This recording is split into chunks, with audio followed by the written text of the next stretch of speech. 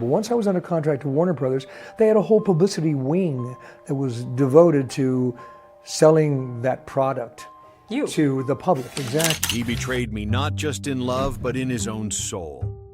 That was the final sentence Gay Tab Hunter uttered in his last interview before his death in 2018. His voice was hoarse, his eyes sunken, yet every word carried the weight of more than half a century of silence. Once hailed as America's golden boy of 1950s Hollywood, the very image of purity, strength, and masculinity, Tab Hunter finally confessed to a secret the world had only dared to whisper, a forbidden love buried between him and Anthony Perkins, the haunted star of Psycho.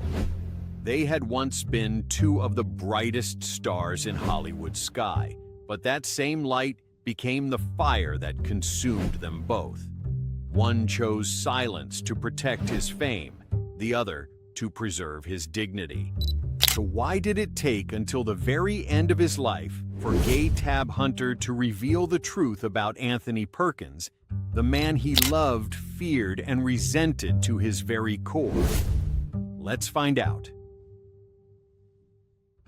Before Tab Hunter revealed everything, he paused for a moment, looking into the distance, as if trying to find the shadow of a young man that Hollywood had once stolen. He was never allowed to live as himself, Hunter said slowly. They hypnotized him, literally. Hollywood, 1952. Anthony Perkins had just turned 20, thin shy, with eyes that always carried a vague sense of fear. He had just signed his first contract with Paramount, a dream every young actor longed for, but no one knew that that very moment would also mark the beginning of a carefully orchestrated nightmare. When studio executives discovered that their golden boy had homosexual tendencies, they saw it as a publicity threat that could destroy his career. In an America still ruled by prejudice, a gay movie star meant a death sentence of scandal. Hollywood did not accept the truth they edited, it painted over it, treated it. And Anthony Perkins became one of the first victims of that system. He was sent to a private clinic in Beverly Hills, where a renowned Hollywood psychiatrist, Dr. Harold E. Clifton, conducted hypnotherapy to cure homosexuality. For Perkins, those sessions were terrifying. Under dim lights, the doctor told him to close his eyes and imagine a woman approaching to feel the masculinity within himself. If he hesitated, they would record it, evaluate it, and schedule another session to adjust further. They told him that if he wanted success, he had to learn to love women, Hunter recalled. Every week, Perkins was forced to write diary entries describing his emotions toward women, how he felt when he looked at one, when he touched her hand, and to confess that he had learned to love. If even a trace of doubt appeared in his words, he would undergo deeper therapy. They called it psychology, but in truth, it was brainwashing. On the set of Friendly Persuasion in 1955, where Perkins first gained attention, his discomfort was more visible than ever. Each time the director asked him to film a kissing scene, he trembled not from acting but from fear. Someone from the crew recalled that Perkins turned pale, his lips stiff, and after the director yelled "cut," he simply lowered his head and apologized. "I'm not sure if I did it right." Everything he had learned from the doctor was how to act like a real man, yet inside he felt completely hollow.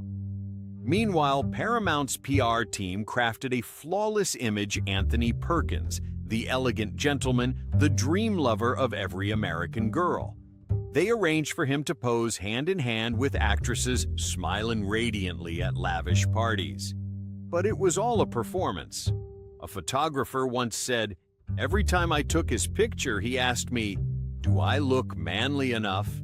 At night, Perkins returned to his small apartment on Melrose Avenue, where he lived alone with stacks of journals. Tab Hunter recalled once finding Perkins sitting in front of the mirror for hours, staring at himself and whispering, "I don't know who I am anymore. They're programming me." It was no longer a metaphor. In his mind, the doctor's voice, the hypnotic light, and the love training exercises repeated like a broken record. He feared being touched, feared other people's eyes, feared his own emotions. The more Hollywood polished his public image, the darker he became inside. He lived like a ghost, polite, graceful, but empty. And within that emptiness, the persona of the anxious, haunted man yearning to be loved took shape, the very essence he later poured into Psycho's Norman Bates. Hollywood didn't just create a star. It created a controlled being, a boy, hypnotized into forgetting himself. When the set lights went out, he didn't know how to smile unless the director shouted action. And among the crowd, only one man saw his true self, Tab Hunter. Hunter didn't see a movie star. He saw a young man learning how to pretend to be one. But how did someone like Hunter, handsome, confident, yet carrying the same secret step into that dark world, and what made their love something Hollywood could never forgive? Summer 1956. Hollywood was in transition. The generation of rebels like James Dean and Marlon Brando ruled the screens, while studios hunted for the next face to embody American morality. At a private Paramount party at the Beverly Hills Hotel, 24-year-old Anthony Perkins appeared as awkward as ever. Gray suit, loose tie, holding a half-empty gin glass. He was uncomfortable with noise. In that room of smoke and laughter, he was an outsider. Tab Hunter, the Golden Boy. Warner Brothers was promoting with Battle Cry 1955 and The Burning Hills 1956, entered with a bright smile. Hunter was everything. Perkins wasn't blonde, strong, confident, adored by women. They met when Hunter accidentally spilled his drink on Perkins's jacket. "Sorry I'm so clumsy," Hunter said. Perkins smiled softly, replying, "It's fine. I wasn't planning to stay long anyway." That answer made Hunter laugh. "Then shall we leave?" "Now?" he asked. And so, two men, one of light, one of shadow, walked out together, leaving behind Hollywood's most dazzling party. That night, they sat at Musso and Frank Grill, the oldest bar on Hollywood Boulevard, a haven for young actors escaping photographers. Hunter said Perkins hardly spoke, mostly listened, but whenever he smiled, his eyes lit up. He had this way of looking at you that made you forget what you were saying, Hunter remembered. He looked desperately lonely, and I wanted to protect him. In the following weeks, they met more often. They hiked Runyon Canyon at dawn while fog still clung to the hills. Perkins brought his camera. Hunter brought coffee. Whenever strangers passed by, Perkins stepped half a pace back. He was afraid of everything Hunter said, afraid of cameras, afraid of the light, afraid of himself. But in his small Sunset Boulevard apartment, surrounded only by a piano and shelves of scripts, he was different, talkative, cheerful, and unafraid to sing Cole Porter songs for Hunter. When he sang, he was alive, Hunter said. Their relationship lasted quietly for nearly 2 years. Hollywood never suspected Warner Brothers arranged public dates for Hunter with Natalie Wood, while Paramount paired Perkins with starlets like Joan Collins or Audrey Hepburn for staged photo ops. But behind those pictures were nights on Malibu Beach with whiskey in the wind and the roar of waves as their only witness. Perkins was always terrified of being seen. He'd switch off the lights before Hunter arrived and whisper, "Don't park out front, drive past and come through the back." Hunter called it love in the dark because one flash of light could destroy everything. In that era, Hollywood saw homosexuality as a sin, even a career death sentence. Studios hired spies, bribed journalists, and silenced rumors with contracts or threats. Perkins knew this. One rainy night, he told Hunter, "If they find out, you'll lose everything, and so will I." But Hunter, ever impulsive, hated hiding. "Do you think someday we could live like normal people?" he asked. Perkins smiled sadly. "I was never normal, Tab. The first crack came in spring 1958. A confidential magazine paparazzo followed them and snapped a photo leaving the Fox Wilshire Theater together after the Matchmaker premiere. The photo never went public, but both Paramount and Warner Bros. Found out. In an emergency meeting, Perkins' manager demanded he end the relationship immediately. Soon after, he was forced to sign a clean image contract requiring public appearances with actresses and minimizing private contact with male colleagues. Hunter recalled, "I met him at Norm's diner on La Cienega. I asked, 'Are you really gonna do this?' He just looked at me, eyes wet, and said, 'If you were me, you'd do the same.'" In September 1959, Perkins flew to New York to accept the script for Psycho. The role of Norman Bates was personally offered by Alfred Hitchcock, a character described as a gentle man with a monster inside. Paramount believed it would make Perkins a legend, but for Hunter, it was a goodbye. "I told him, if you take that role, we'll never come back from it," Hunter said. He didn't answer. He just kissed me and left. 2 years later, Psycho 1960 premiered and became a global phenomenon. Perkins emerged as America's newest star, praised as the next James Stewart and Hitchcock's rare genius. But when Hunter watched the film alone in a small Santa Monica theater, he realized the man he once loved was gone. On screen was Norman Bates, and behind that haunting smile was a soul Hollywood had already devoured. Years later, Hunter admitted, "Anthony chose fame over me. And from that moment, he was never himself again." He said it without anger, only deep sadness, the sorrow of someone who knew that in the city of dreams, sometimes love itself is a crime. The love buried under Hollywood's glitter had ended. But Anthony Perkins' tragedy was only beginning. Because when Tab Hunter walked away, the only thing left in Perkins' life was the role that would haunt him forever, Norman Bates. In 1960, Psycho hit theaters. The scene of Norman Bates stepping through the shower curtain with a knife became iconic, and Perkins went from a promising actor to a global sensation overnight. But while audiences praised his performance as eerily perfect, his friends whispered that Anthony Perkins had never escaped the character. Hitchcock once described Norman Bates as a man obsessed with his mother, weak, conflicted, and lonely. Perkins inhabited the role so completely that even when the director called cut, his eyes remained vacant, his voice trembling like someone just awakened from a nightmare.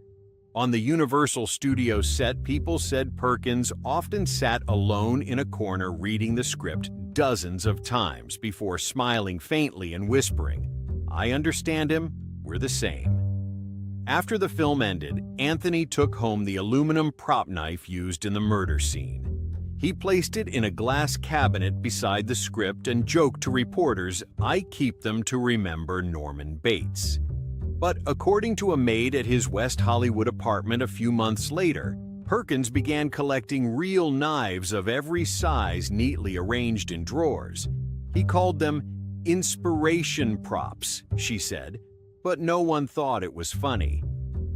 In the winter of 1961, Perkins flew to Rome to film Goodbye Again with screen legend Ingrid Bergman. It was his first time playing the lover of an older woman, an obvious attempt to reassert his masculinity. But things didn't go smoothly. During one kissing scene, Ingrid recalled feeling a strange coldness when he touched her. "He wasn't really there," she said. "His eyes looked through me as if seeing someone else." On set, Perkins often whispered to a small porcelain doll he had brought from America. He called it Mother. Sometimes before filming, he would place the doll on a chair and say, "You're ready now, Mother." At first, the crew thought it was a joke, but after a few weeks, no one mentioned it again. A cameraman recalled, "We knew he was carrying Norman Bates with him, not just in his mind, but in his flesh and blood."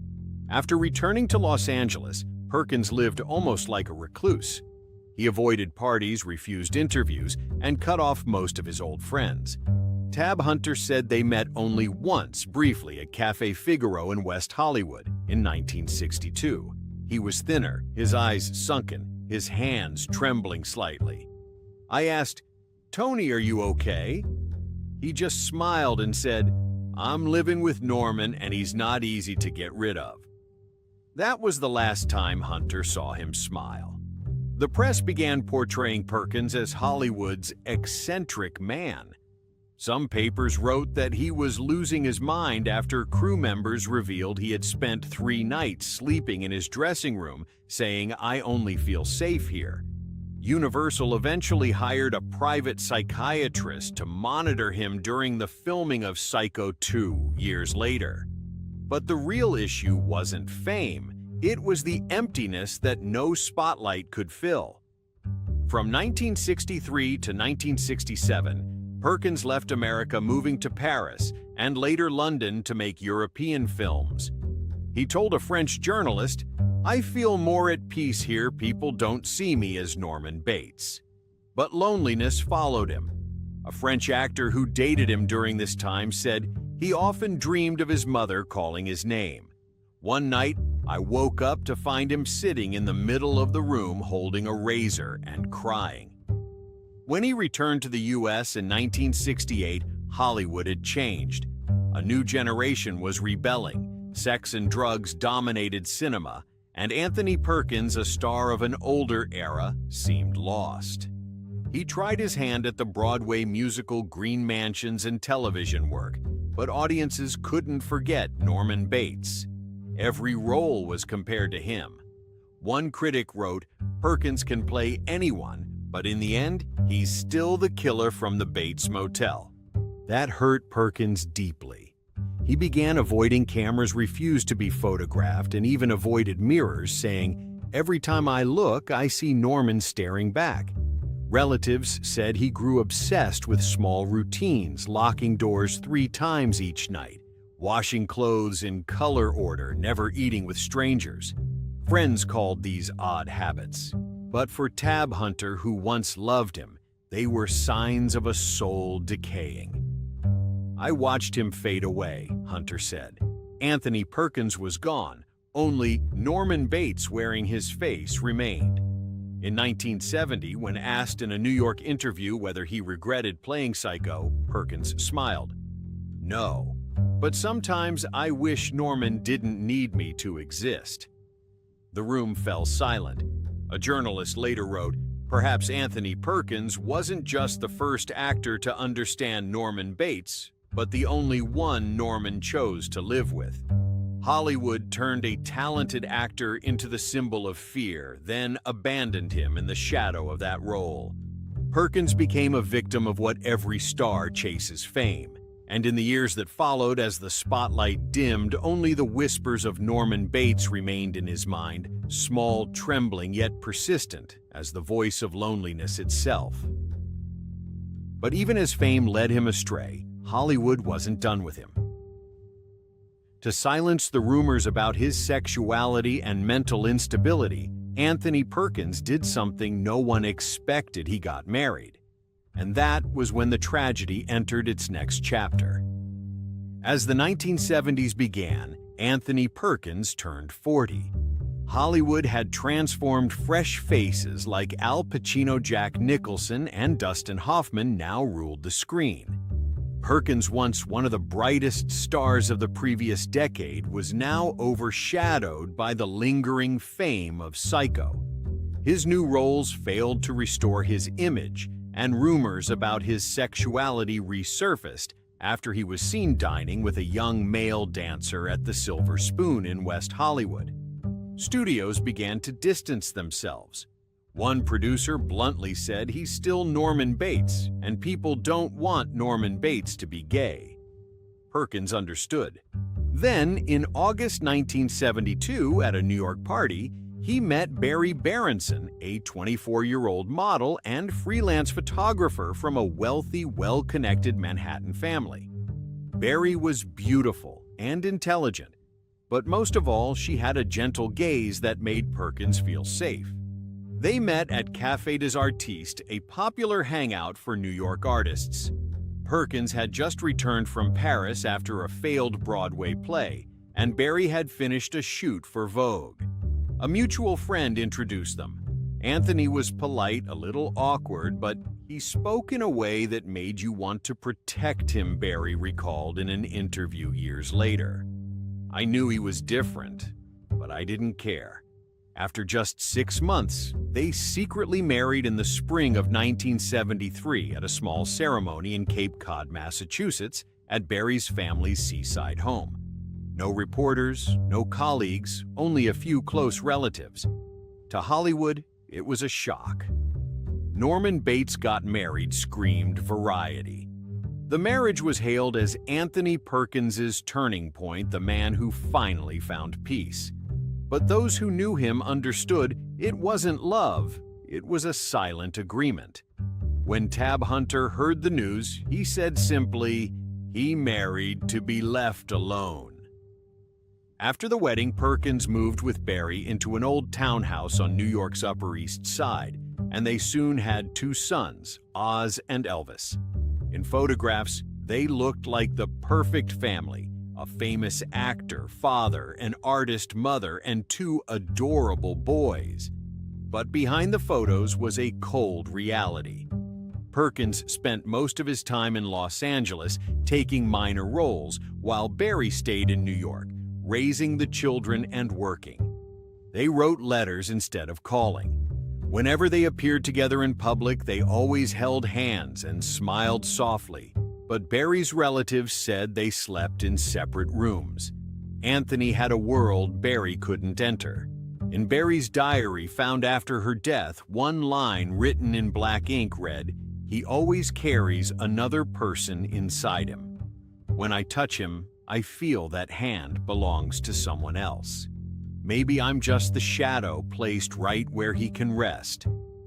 Hollywood saw Perkins as a settled gentleman, but inside he was still haunted by old fears. He continued seeing therapists and still kept a small box of knives in a drawer, a habit he never broke. Barry knew, but never asked.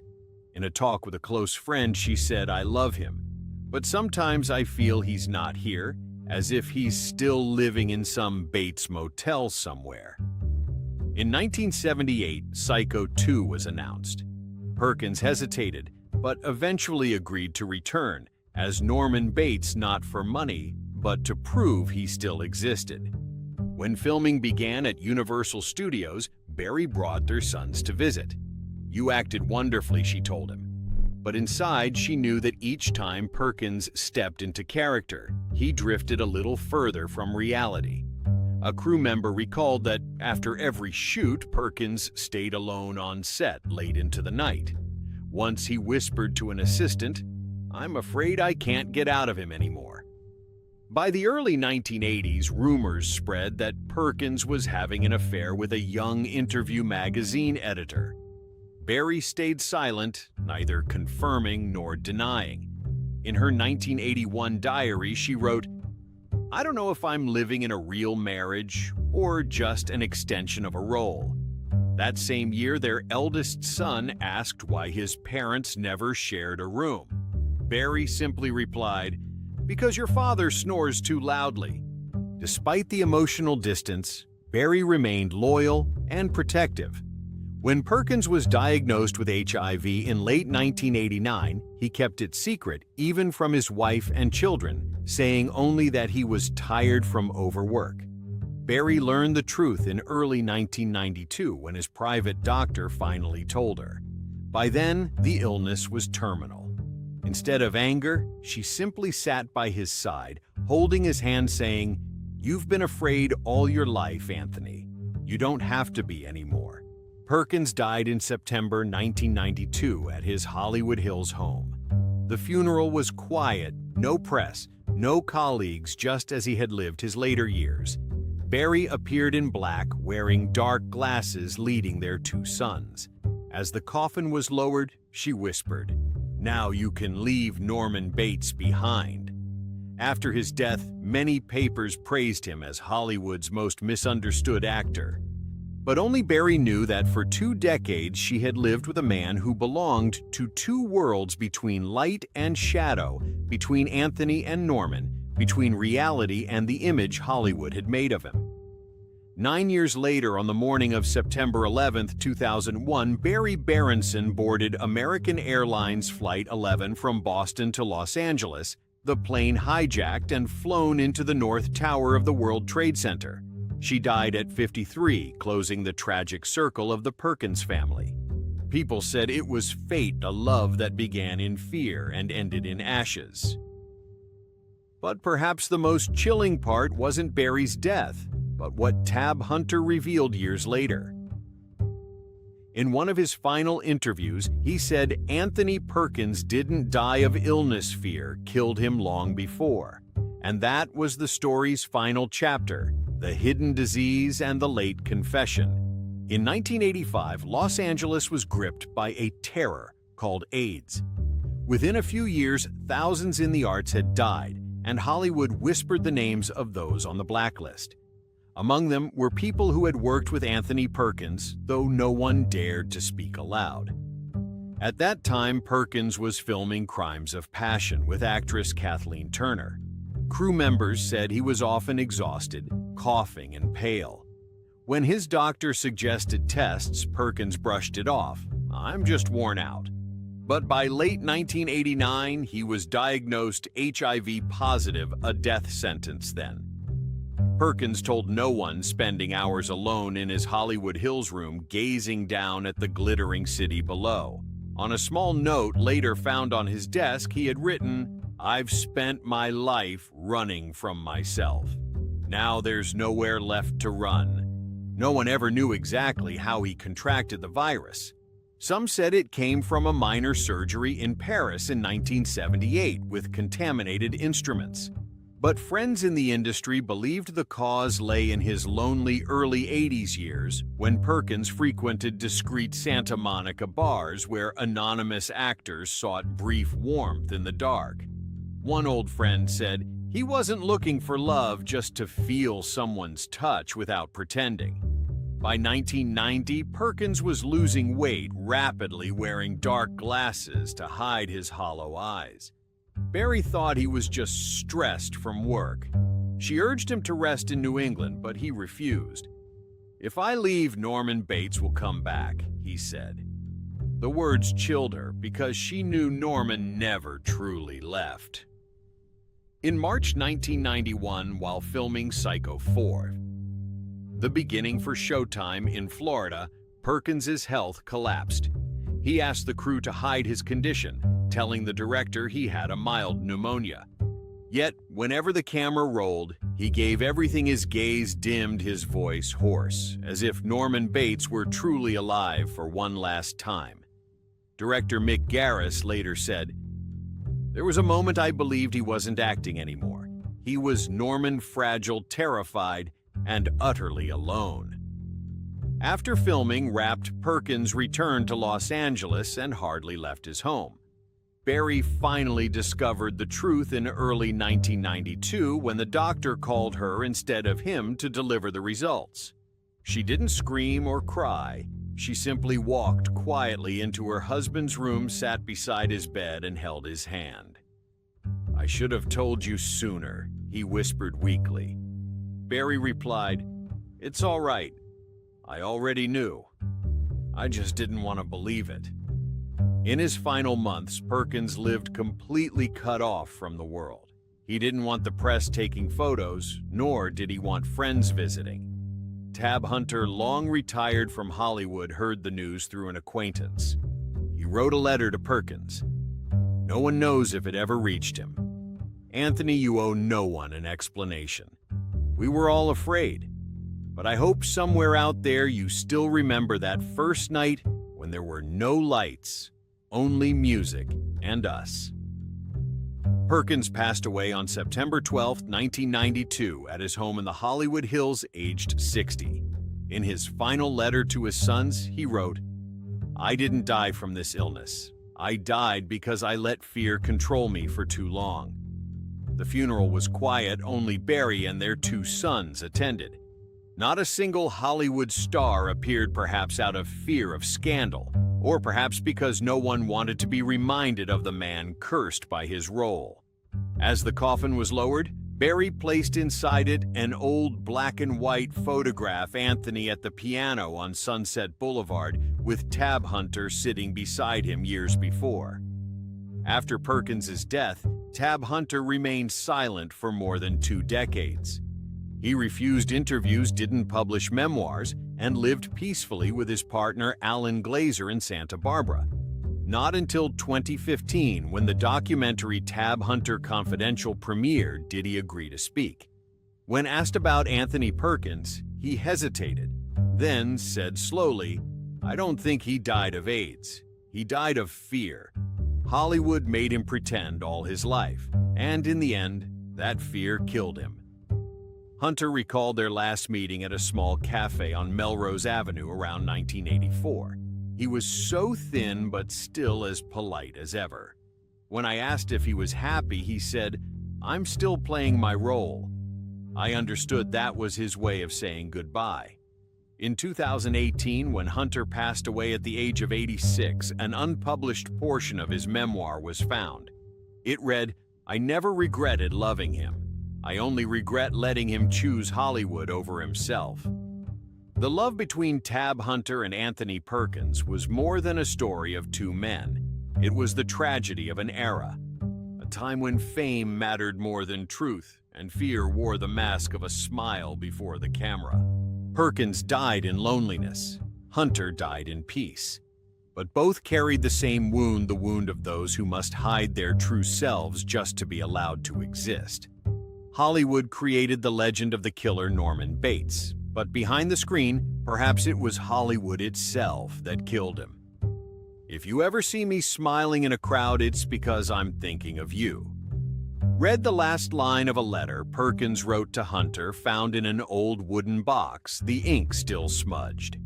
And perhaps that was his final smile, the smile of a man who once loved, once feared, and at last no longer had to pretend. Perhaps the most painful thing in life is not losing the one you love, but having to live your whole life as someone else just to be allowed to love. Tab Hunter chose silence to keep his dignity. Anthony Perkins chose the spotlight and lost himself. Both were right and both were wrong, because in Hollywood, no one is ever truly allowed to be happy.